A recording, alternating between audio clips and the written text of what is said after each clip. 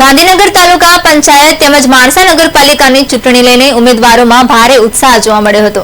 ગાંધીનગર તાલુકા પંચાયતની 28 બેઠકો માટે 16મી ફેબ્રુઆરીએ ચૂંટણી યોજાશે।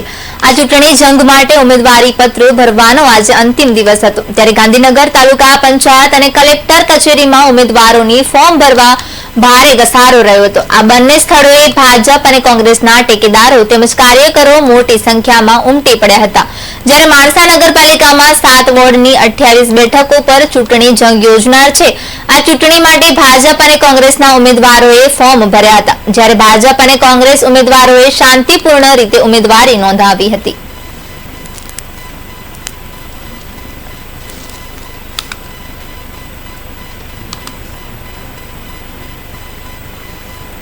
આજે ઉમેદવારી પત્ર ભરવાનો અંતિમ દિવસ છે। ગઈકાલ સુધીમાં 15 થી 28 સીટો જે છે ગાંધીનગર તાલુકા પંચાયતની, તેમાં 21 ફોર્મ મળેલા છે। આજે 3 વાગ્યા સુધી ફોર્મ સ્વીકારવામાં આવશે। ત્યારબાદ 3 તારીખે ફોર્મની સ્ક્રુટિની કરવામાં આવશે અને 4 તારીખે ફોર્મ પાછા ખેંચવાનો દિવસ છે। 4 તારીખે 3 વાગ્યા સુધીમાં હરીફ ઉમેદવારોની યાદી જાહેર